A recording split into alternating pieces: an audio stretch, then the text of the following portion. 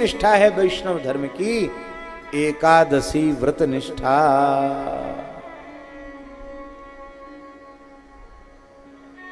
किसी भी स्थिति में एकादशी का अनादर नहीं करना।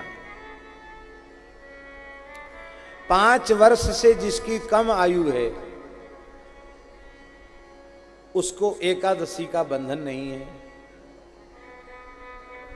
90 वर्ष से ऊपर आयु है उस वृद्ध को एकादशी का बंधन नहीं है। बाकी सबको एकादशी करनी चाहिए।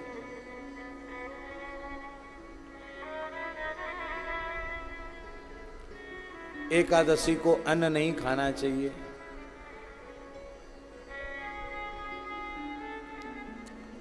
बड़े दुख की बात है। डॉक्टर कहेगा कि अब रोटी मत खाओ, अन्न मत खाओ, आलू मत खाओ, चावल मत खाओ, बीमार हो गए, तो डॉक्टर की बात तो हम मान लेंगे पर शास्त्र की बात नहीं मानेंगे। अरे बोले तो ठीक है, हम बीमार हैं, बीमारों के लिए नहीं है।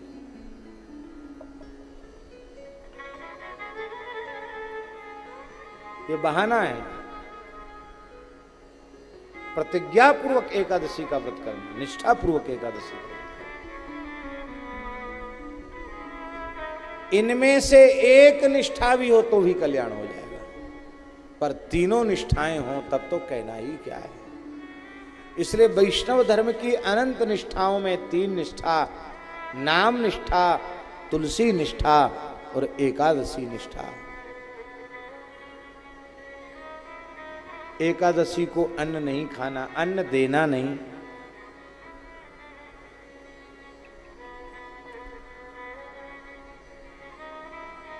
नामदेव जी महाराज में बड़ी निष्ठा थी एकादशी की।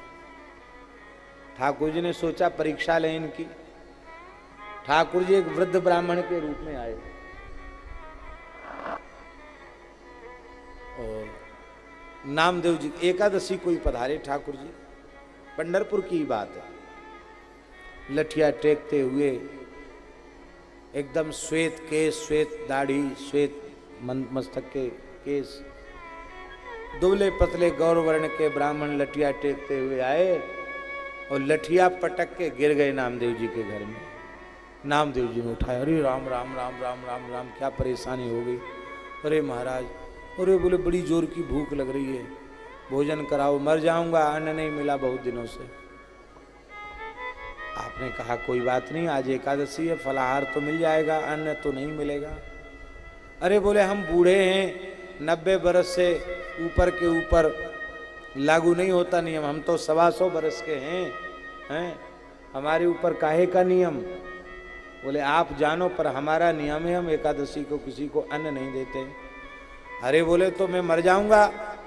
बोले ये तो बहुत भगवान की कृपा होगी, एकादशी को भगवान के बैकुंठ का, गोलोक का द्वार खुला रहता है, सीधे ही जाओगे। अरे एक ब्राह्मण को मारना चाहता है वृद्ध को, मैं कहाँ मारना चाहता हूँ, आप ही बोल रहे हैं कि मैं मर जाऊंगा। मर जाएंगे तो भगवान की बड़ी दया होगी, कभी न कभी तो मरना ही है, अच्छा एकादशी को मरोगे।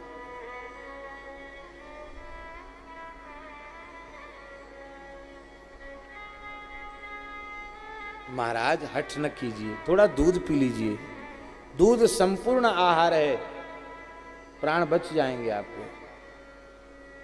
ठाकुर जी बोले बहुत खांसी करता है, वैद्य ने मना किया है कि जब तक कफ है तब तक दूध मत पियो। नामदेव जी ने कहा दही गैया का पी लो। अरे दही तो और नुकसान करेगा, निमोनिया हो जाएगा, मरी जाएंगे हम। फल, अरे बोले देखो नाक बह रही है, फल खिला रहे हो, क्या खाओगे? बोले कढ़ी भात खाएंगे,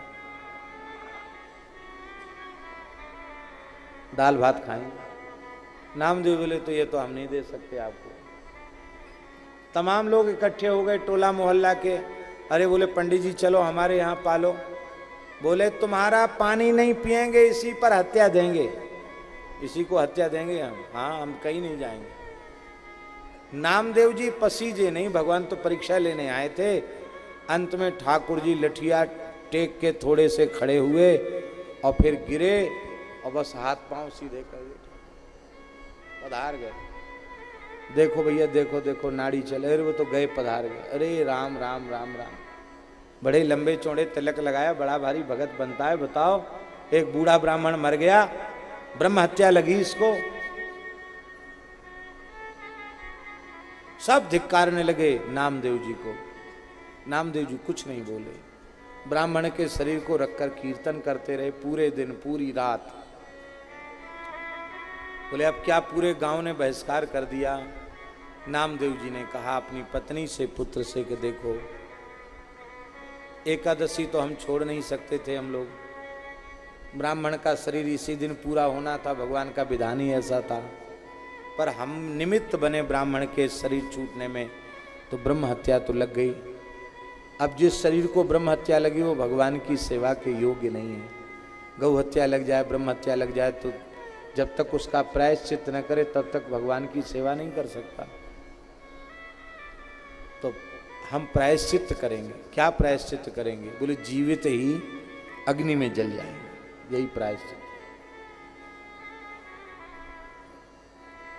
आपकी पत्नी पुत्रादि ने कहा कि फिर हम भी साथ ही चलेंगे, काहे को, वहीं अपना बैकुंठ में ही भजन करेंगे। हो गया यहाँ का काम पूरा। पूरे परिवार ने एक साथ अग्नि में जलने का निश्चय कर लिया। लोग तमाशा देख रहे थे। नामदेव जी ने सुंदर लकड़ी इकट्ठी करी, चंद्रभागा जी के जल से ब्राह्मण को स्नान कराया, सुंदर तिलक पधराए, तुलसी धारण कराई और चिता पर लेकर ब्राह्मण को बैठ गए। इशारा किया आग लगाओ, आग लग गई वहां। बाहर कहाँ जला, में घर में ही जला दो, आंगन में क्या, कौन लेके जाएगा, यहीं जला दो। वो ब्राह्मण तो था नहीं, वो पंडरीनाथ जी थे। जैसी थोड़ी सी आंच आई होगी ठाकुर जी की कमर में लगी, ठाकुर जी ने तुरंत हाथ पकड़ के नामदेव जी को खींचकर चिता से उतार लिया और ठाकुर जी ने भुजाओं में भर के नामदेव जी को हृदय से लगा। ये सबने देखा को ब्राह्मण जिंदा हो गया, चिता से हाथ पकड़ के नामदेव जी को बाहर लाया है, हृदय से लगाया और हृदय से लगाते ही लुप्त हो गया। लोगों ने पूछा महाराज वो ब्राह्मण गया कहाँ? अरे बोलो ब्राह्मण नहीं, वो तो ब्रह्मण्य देव पंडरीनाथ जी थे, एकादशी की निष्ठा की परीक्षा लेने आए थे। आज भी वारकरी संप्रदाय में बहुत निष्ठा पूर्वक लोग एकादशी करते हैं।